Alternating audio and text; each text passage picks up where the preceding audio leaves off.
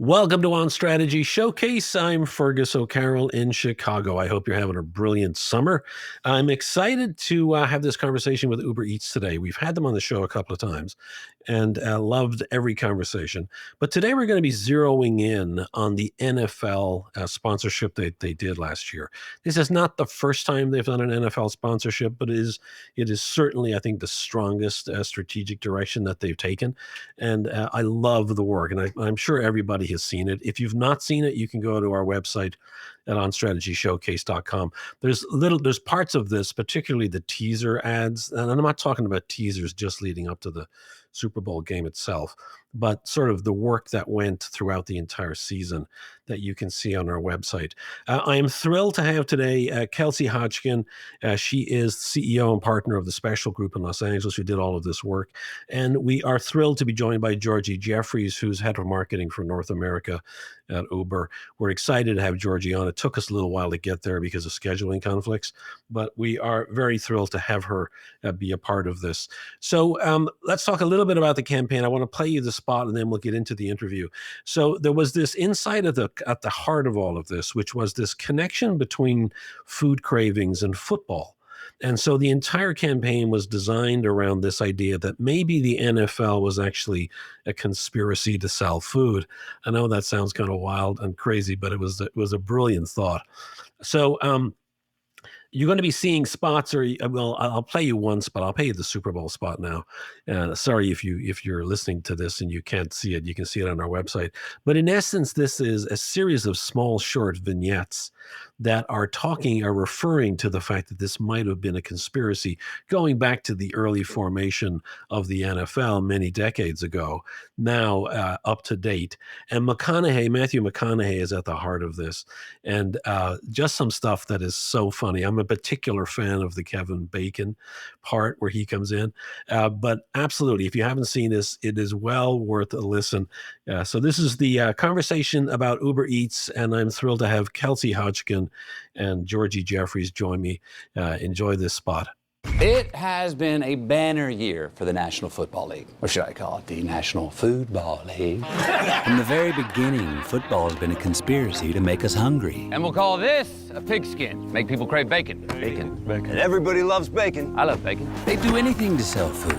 Coach, how come we only play on Sundays? Because nobody's eating ice cream Saturdays, kid. Jeez. So the Packers were named after meat packers. So what should we call the fans, Coach? Cheeseheads. Of course. Why do you think Buffalo got a team? These wings deserve a team. Yeah. Hey, pick out a good team name for Buffalo, Bill.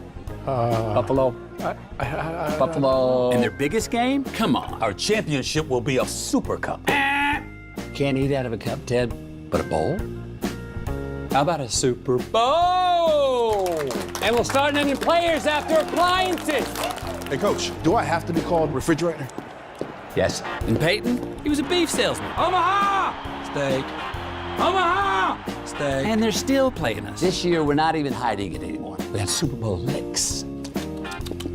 With a halftime show presented by an apple. In a stadium named after a salad.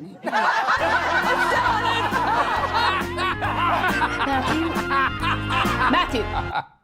Yeah. Hey. Sorry, sir. You want me to make a movie about a football conspiracy? Yes. No. Come on, Greta. No. Bacon's in. Everybody loves bacon. No one believes that football is just some conspiracy to sell Food! When football makes you hungry, order Uber Eats. I am thrilled to have Georgie and Kelsey here. Thank you to both of you for joining me. Well, thank you, Fergus. It's a huge, huge pleasure and privilege. We're such big fans of your podcast. And as a strategist and heart, it's just an amazing gift to the strategy community as well. So thank you. And Georgie, great to have you on. Thank you so much for having me. I know it's been a long time coming, and yes, very excited to be here. A long-time listener of the show, so this feels very special. So I have heard so many great things about you, and they all boil down to, which is what the most important thing is for people like us in the industry, it all boils down to the fact that you have a reputation for having phenomenal taste in creativity. And I want to expand on that by saying, you've got a reputation for even pushing incredible creative agencies to do even better Where did that sort of passion for great work come from? You're making me blush. That's that's very lovely. I can't really pinpoint exactly where my love for advertising creative comes from or came from. I certainly have been interested and passionate about advertising and have been a very creative person growing up my whole life, and was very interested in advertising even before I formally took a marketing role. Um, I would, genuinely say one of the things that has been most formative and helpful in me building out my skill set and being able to understand what good work looks like is I have had the benefit and certainly the luck in my early years of working with incredible people. In fact, when I first started at Uber, even unwittingly, the team that I was surrounded by, which pretty quickly became the special group agency in Australia, as well as my boss at the time, Steve Brennan, are and continue to be some of the most incredible kind of marketing and creative minds. And to be exposed to that so early into your career means that you get a very quick and early sense of what great work looks like. How to push when work, is high potential but not yet high performing. How to establish really strong partnerships with your agencies and your creative partners so that you can push and pull in the right areas. And I think if I hadn't have had that experience so early in my career, I don't know if I probably would have rounded out my skill set in the way that I have since. So I do put a lot of it down just to the training ground that I had the privilege of walking into. It's interesting, Georgie, because not everybody would think that a brand that's rooted in technology would be a brand that is a creative cultural force. Is it something that the culture had to learn over time as it began to market more? Yes and no. I think what is true about Uber is whether or not we're a tech company, we're an outlier in every industry. I've been at Uber for 10 years now, and it is the DNA of Uber is very much about taking risk and being ambitious no matter what department you're in. And, that can't help but translate through to marketing. I think it's fair to say that in the early days of Uber, certainly when I was there, even doing big, bold marketing campaigns was a bit of a risk because we traditionally hadn't had to rely on marketing or think about marketing to grow the product. If you think about Uber in the early days, it was all about high-speed organic growth and doing things that didn't feel like they were part of the mold. Everything from, we used to grow and market ourselves by delivering ice cream and kittens on demand, and transforming and evolving from a company that still had that edge and that, ambitious, innovative muscle, but doing it in a way that had more scale and could reach more people and shape the brand narrative. That did take a bit of a leap of faith from a lot of different people at the time and leadership. But I think what is true about Uber, no matter what, whether you're working in the finance department, whether you're working in HR, whether you're working in S&P or in brand marketing, we are all about taking smart risks, and we're a very, very ambitious group of people and company as a result. Tell us, as a marketer, what are the marketing challenges you face? Is it reach? Is it consideration? Is it creative breakthrough? Is it getting into new markets? Is it partnerships? What is the marketing challenge you face? Well, in the early days, and I actually did have the blessing of being in Australia in the early days when we launched and scaled Uber Eats. And the challenge then, which I think is true for most markets around the world when they launched, was really around, it sounds counterintuitive, but it was actually really around establishing credibility and trust with consumers that not only that we could, get you from A to B safely, but that we could deliver food.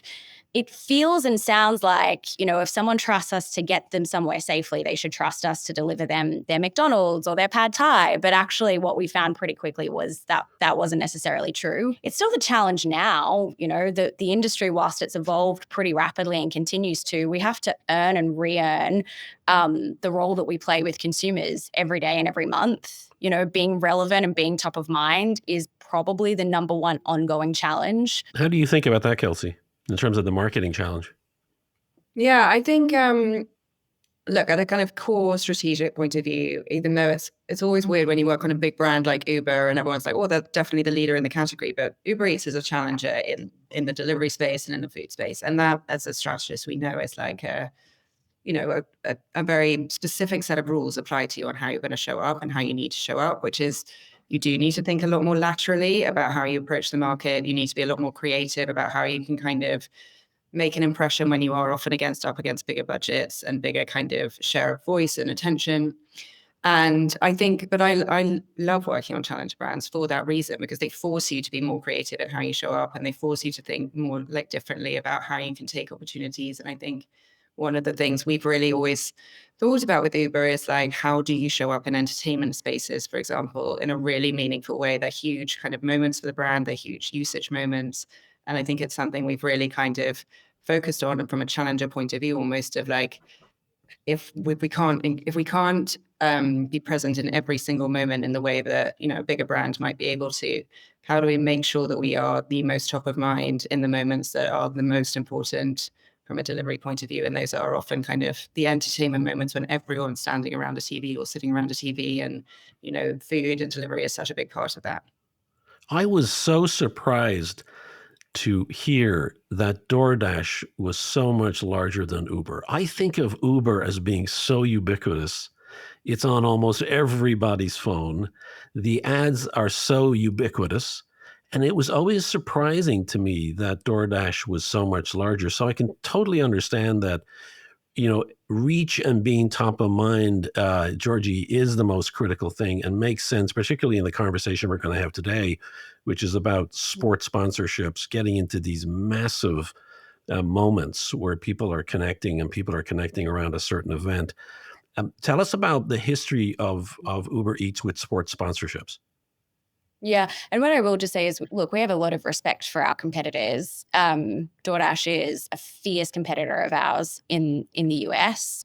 And so, you know, kudos to them and everything they're doing. The way that we think about it generally from a marketing perspective is, you know, we fight like a category challenger and we show up like a category leader. And hopefully that comes through in, you know, the perceptions and the optics that a lot of consumers have, because even if we are a challenger, it's important for people to think of us first, and most predominantly when they think about their food delivering occasion. And that's the you know, the key thing that we're continuing to chase on a day in, day out basis. And sports is a really big part of that for a lot of reasons. Sports is actually core to the Uber Eats strategy in a lot of the big markets around the world that we operate in. For us in the US, there are a couple of reasons as to why we've leaned into sports so heavily and continue to. The first is just it's not sexy, but the quality of the media. It's really hard to reach a lot of people at the same time these days. We all know that media is so fragmented. So to have have an episodic media type event happen, you know, a couple of times a week, if not, you know, 3 or 4 times a week with something like the NFL, and have that same passionate cohort show up, if not for every game, then for every few games, and tune in. They're all watching at the same time. They're engaging. They're participating. That type of media is hard to come by, and it's pretty lucrative if you can tap it into it in the right way. The second reason why sports is really important for us is because it's obviously just very tightly aligned with the food ordering occasion. Now, that doesn't mean that we're going to convert all consumers and the whole audience in that moment to order something they weren't going to order, but we're certainly marketing to them at a moment where there is, you know, high intent that you can capitalize on for then or capitalize on for later. And so strategically, it makes a lot of sense. From a media perspective, it makes a lot of sense. And it also typically gets us to really get great creative work because you've got a lot of fodder to work with. So how do you have you been involved in sports sponsorship for a number of years in the US, or is this the first major one? No, we've been a major partner of the NFL for, I think, going on 4 years now. And even outside of our major sponsorships, we also lean into the media environment around sports, whether or not we have a partnership, you know, with that particular property. For example, like a lot of brands, we show up in a big way around March Madness, though we're not necessarily a core partner of March Madness. NFL is different. We are a major sponsor of March Madness. We are the official food delivery sponsor, of the NFL. We are the official food delivery sponsor of the NFL. We have been for some time. And we have been progressively increasing our presence and expanding our marketing roster around the NFL. You know, it's the NFL runs for 18 to 26 weeks of the year once you start to include all the playoffs. It's a long running, season, and to lean into that in a really effective way takes time to build the muscle, especially if you're approaching it from full funnel. And so over the last 3 years, we've really upped the ante every year. And obviously coming out of 2024, 2025 season, we think we've had our best go yet and have really established for us and a team what it means to show up in a really robust and high impact way throughout the whole season. So, Kelsey, the latest work is probably one of the most memorable and so acutely tied to football.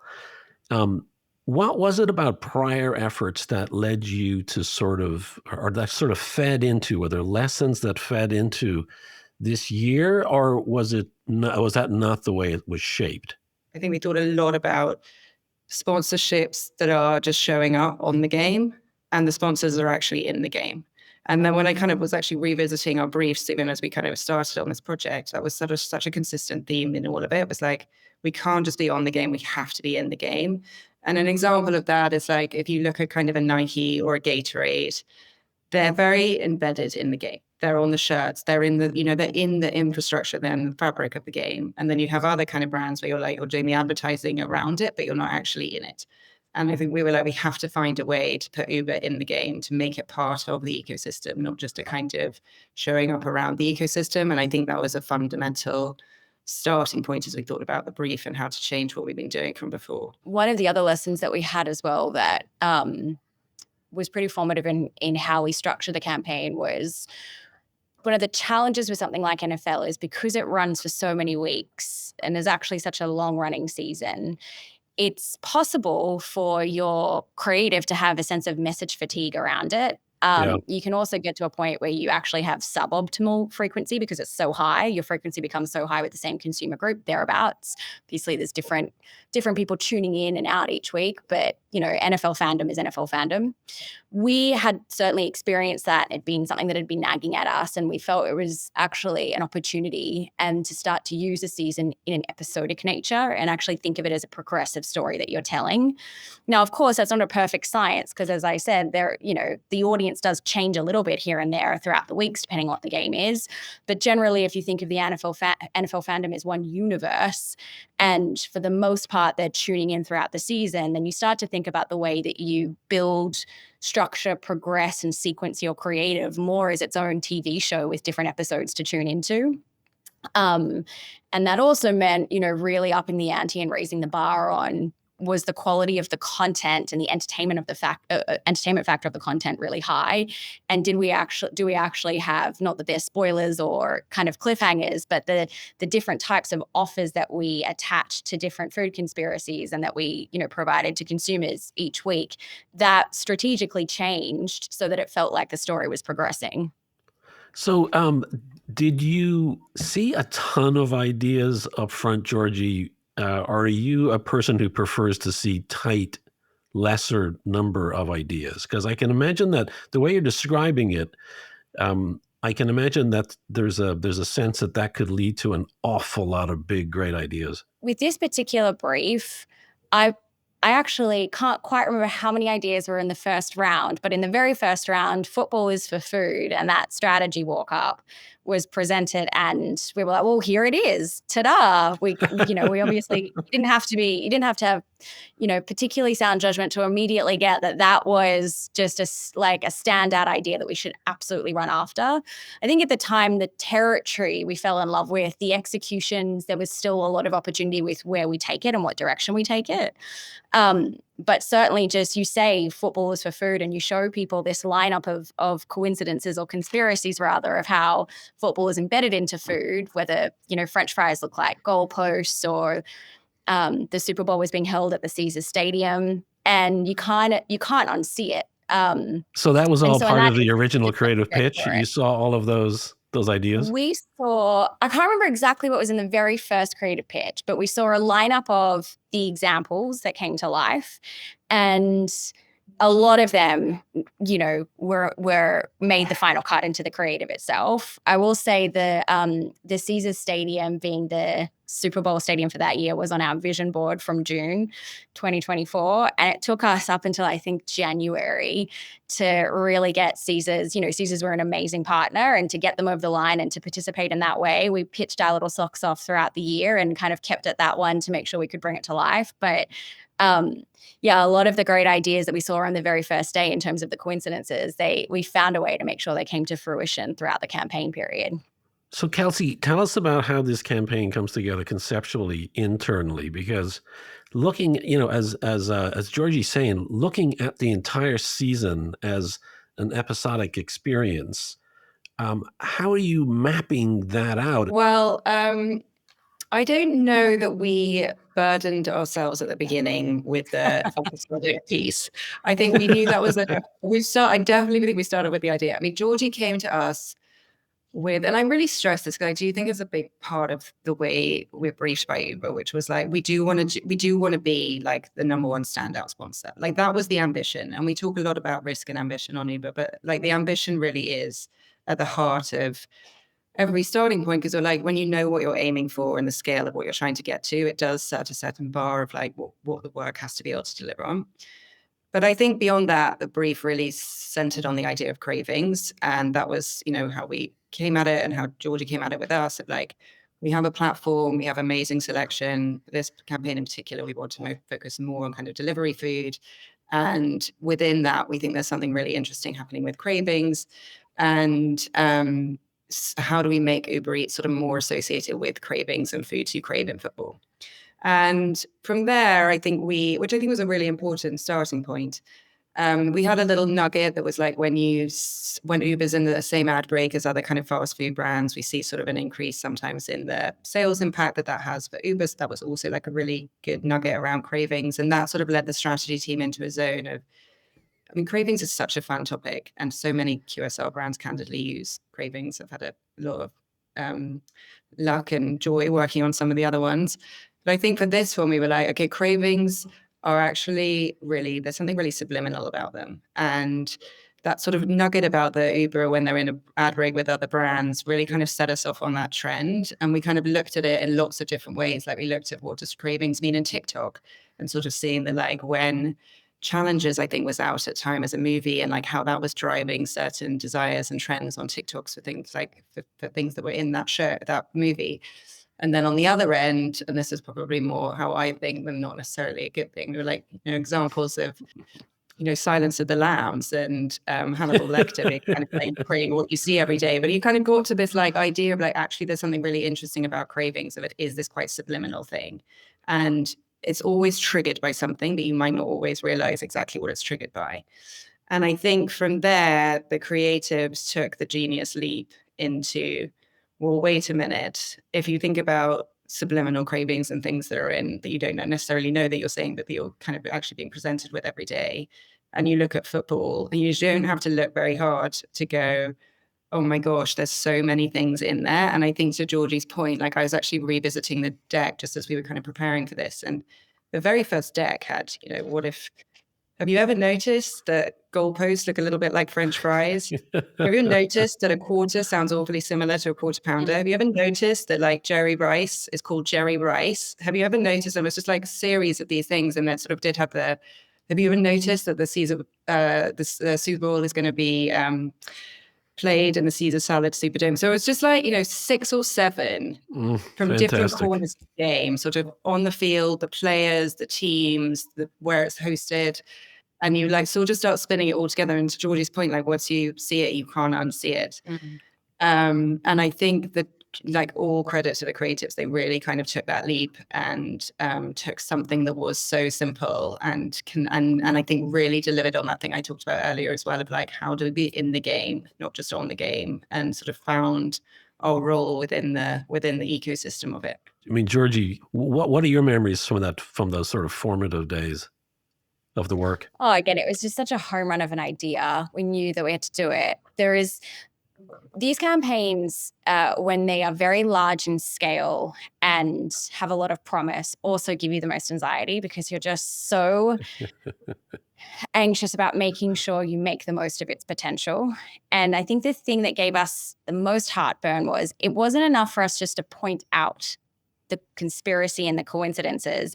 We really felt very strongly that we had to bring that to life through activations and stunts and through promos and deals. And so that meant that we had to go out and pitch to dozens and dozens of different brands and players and get them to buy into it and be a part of it, including the NFL. And that meant, kind of going out to all of our major merchant partners that had really high quality, that are very high quality delivery partners that have national scale, and asking them to be a part of it, whether it's McDonald's or it's Domino's or it's Little Caesars or it's IHOP. And in what way were you asking them to be involved? Well, we had to film an ad with them in it. Each conspiracy that we pointed out to, of which there were a dozen or more actually, we then had to film an ad to explain that conspiracy and then offer a promo deal on that particular food item. So with McDonald's, we had to say, hey, will you fund a buy one, get one French fries because we want to make out how funny it is that goalposts look like French fries. Trust us, it's a great idea. And by the way, can you offer that deal at a national scale in 3 weeks? And we've got to shoot it in 2 weeks. Those types of conversations and really getting as many partners on board as possible. And then, we were so lucky with the NFL because it requires a bit of courage from the NFL. We're really, we're all being self-deprecating in different ways. Matthew McConaughey was being self-deprecating, Uber Eats is being self-deprecating, the brands themselves, and certainly the NFL. And so what I remember most from the building of the campaign was, yes, we love the idea. Now, how the hell do we pull this off and get everybody on board, shoot it all, and then get it out to market, in the next what felt like 4 or 5 weeks. So how far in advance, Kelsey, are you developing this idea? And you didn't know the whole season at that point, but you probably had 4 or 5 or 6 ideas that you could begin shooting, and then you had to sort of imagine what would come next later on in the year? Yeah. So I think it sort of goes back to what Georgie said earlier about the episodic. Like, I think we thought about the comms in 2 probably key ways. But I think, first of all, underpinning it all was this very well articulated thought that we kept coming back to, which was the role of the brand of like, uncover the thing, offer the thing. That was like the central mechanism at the heart of the campaign. So it was like the role of Uber was this like self-deprecating, sort of semi-acknowledging observer of this conspiracy that would then back up every kind of point with a deal on the thing. So it was a massive degree of complexity to be able to deliver that part of the brand role. In terms of the season, it was again 2 probably points. There was, how do we make it last over the season in a way that really pulls more and more and more people into this conspiracy? Obviously, you've got football fans and the NFL regular viewers, but how do we get more and more and more of America to buy into this? And whether that was using different kinds of celebrities or ultimately kind of doing things like the Superdome and the Super Bowl, where you're like, by the end of it, the whole country should be in some way engaged in this conspiracy with sort of the desired ambition. One view of it was like, how do you bring more and more people in? The other was like, how do you bring more and more gifts to the fans? And like really the hardcore NFL fans. And like, I'll tell you, for example, in the Super Bowl ad itself, with when Matthew is in his kind of Ditka outfit with the Bears and he's talking about Refrigerator Perry, it's like, I don't know, maybe 20% of people, when we researched it, knew what that was. It might be being generous, but that 20% were like, oh my God, this is, they like blew up on Twitter when it went live. So it's sort of really also thinking about how you reward like the most engaged fans as much as kind of try and do the breadth in terms of bringing more and more people into it. So why Matthew McConaughey at the center of it? Was there an existing relationship with him, Georgie? There wasn't at that stage. We think, we've used talent pretty consistently throughout different campaigns across Uber Eats. And at this stage, we have a fairly honed in sense for who is right for the brand and then who is right for a big idea. We always started it, from the place of what is the big idea, and, how does the right talent fit into that. For this campaign specifically, a few things were really important. It was really critical to us that the tone of the conspiracy was right. this is a joyful, engaging, upbeat campaign. It was not meant to be dark. It was meant to be, if anything, a bit of escapism, very irreverent, very upbeat, and very engaging. And so we needed someone who could bring that sense of joy to it, but could also do it in quite a credible way. And that meant we needed someone who, America loved, whether you're on the East Coast, the West Coast, or in Middle America, who was connected to football and football fandom. We really wanted a talent that had an authentic tie to football and loved the game, as much as we know the fans do. And who was, I'll say eccentric because Matthew is in the most wonderful, beautiful way, but who is eccentric in the sense that they could credibly, potentially really believe this conspiracy and be the one who's spruiking it. And Matthew McConaughey very clearly ticked all those boxes. He was our number one kind of dream for this role. And, thankfully he loved it too as soon as he saw it. And so, we pitched it to him and we were off to the races again pretty quickly within about a week. So for me, Georgie, when I look at the body of work, my favorite part, and I've mentioned this on the show, my favorite spot was the Super Bowl spot. My favorite part was the cameo by Kevin Bacon. That was just the best that I've seen in so long. Do you have a favorite spot or two or component or two from the season of the NFL season work? Well, I love the Super Bowl spot. That was a real labor of love, as you can imagine, and something that we're all so incredibly proud of. Kevin Bacon on the speakerphone at the end. Please, that is genius. I know. That was actually a last-minute ad as well. I think a couple of days before we shot. It might have even been, I don't remember who came up with it. It was the director or one of the creators in the room. Actually, in full transparency at first, I kind of was like, yeah, that won't make the final cut. There's too much going on there. But it's turned out to be the shining light of the end sequence. I actually really love and have a lot of heart for the very first brand spot for Footballers for Food with Matthew and Christian and Jerry Rice, and their Jerry's eating rice ending on that spot. Why am I still hungry? Because you're watching football.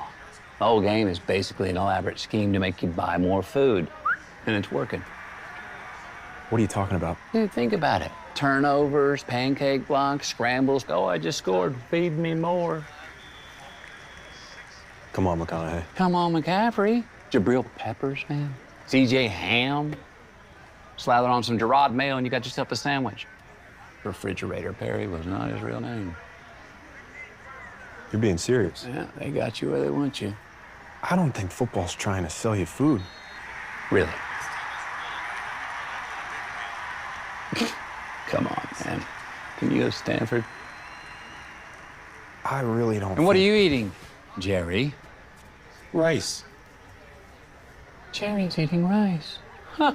The response that we had to it, we knew that we had potentially a winner, but the response that we had to it was unlike anything I've had with any of our work previously. A lot of our work gets a lot of attention and, we get a lot of great feedback, but this was different in that just the volume and the quality of feedback from so many different types of people was amazing. And that was actually when we started to get that feedback in. We launched that in September, very late September, and we started to kind of really get a sense for how well it was doing and how much people loved it in October. That was when we pivoted our Super Bowl strategy to go from a different brief to actually briefing in Footballers for Food and that spot. And so I have to always go back to that initial spot as my favorite, because I think it really did kind of set the tone and set the bar for this big kind of beautiful ecosystem of work that we're able to create off the back of it. So you already know what you're planning to do for the NFL next year, right? You've got to know at this stage. No, we actually have a very important round one review today, I believe. Oh, no kidding. Great. Could you just carry our microphone into that room? That would be fantastic. Yeah, exactly. Yeah. So as we wrap up here, let's talk about the impact that it's had, Georgie.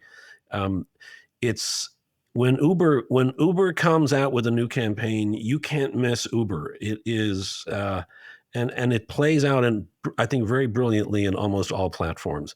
Where are you seeing the most results, both from a brand point of view and from a business point of view? Yeah, as smarter people than I have said, in the past, trips overnight, brand over time. I think that's a saying, and certainly something that we subscribe to. We certainly think about what is the long-term impact that we're building. And I think what has been interesting with this campaign is that we have seen both brand and business growth over a relatively short time. You know, some of the results that we're seeing from the brand side are things that it might take you 6 to 9 to 12 months across your kind of brand health tracking to really start to see the impact of. And we've started to see it pretty clearly, which we're very, very proud of.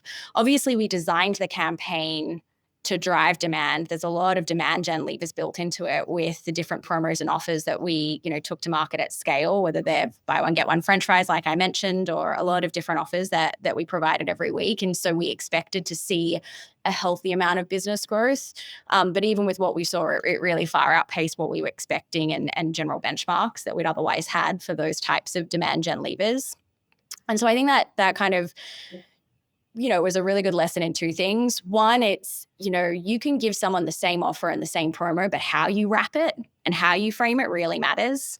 And that's one of the reasons we've just seen that outsized growth from a business perspective with the demand gen levers we took to market. The And how then the meaning second bit, conceptually how you do it, or yeah. Yeah. It's the way that you take it, if you kind of take to market a buy one, get one French fries through the lens of this massive conspiracy theory, and it's shared in a really interesting way, that excites and motivates people in a different way as to if you were just to offer it in a straight retail language. And that's been a really kind of interesting and key learning for us. Something that's intuitive and that but when you see that in action time and time again over the campaign period like this, it really resonates and lands and is helping to shape how we think about our go-to-market strategy. And then from a brand perspective, brand is a long-term game. Even if you have wins over the short term, it's still a long-term game. And as I said earlier, you have to earn and re-earn your place with consumers in their lives. Certainly what we have seen is the surround sound nature of this campaign and the way that we used, I would say, brand drivers and demand gen drivers together, I think has had a multiplier effect and is probably one of the reasons we've seen some really pronounced results, alongside the fact that obviously the idea and the creative really resonated. But we're feeling really good about how the campaign came to life and the impact that it drove. For many brands, if they're very well branded in the first couple of seconds, there's a case to be made that turns people off, that they're like, oh, God, it's an ad. But for you guys, I think people now expect entertainment, joyful entertainment out of an Uber Eats ad, where doing that is smart because it actually draws me in rather than repels me. Yeah, I mean, I hope so. And I think to your point, Fergus, maybe it's less branded performance and branded entertainment. I think that is really the way we think about it, of like we're competing in big cultural moments a lot of the time. And talk a lot about like not having to make work that people have to be paid to be seen, but that like you actually would really want to engage with, and really thinking about how you do branded entertainment in a really powerful way, I think gives us a lot of the key starting points. I do think also things like tone and behavior are so critical to the way we think about Uber and how Uber turns up. And I think that is that deep irreverence and sort of self-awareness and everything also gives you a huge field to play with in the entertainment space of how you can engage with the brand and put the brand into conversation that doesn't have to be so kind of literal all the time. It is a kind of character, not just a logo, not just a kind of message. It is Kelsey Hodgkin is CEO and partner at Special USA out of Los Angeles, and Georgie Jeffries is head of marketing for the US and Canada at Uber in New York City. Thank you both for coming on. Thanks for making the time to talk to us. Brilliant work. It continues to inspire everybody else in the industry. I mean, we're all sort of salivating, and maybe we all want to work at Special from now on. So that's where we're just going to be all sending resumes. Thank you so much for your time, both of you. Thank you. Thank you so much. Bye. And we will see everyone on the next episode.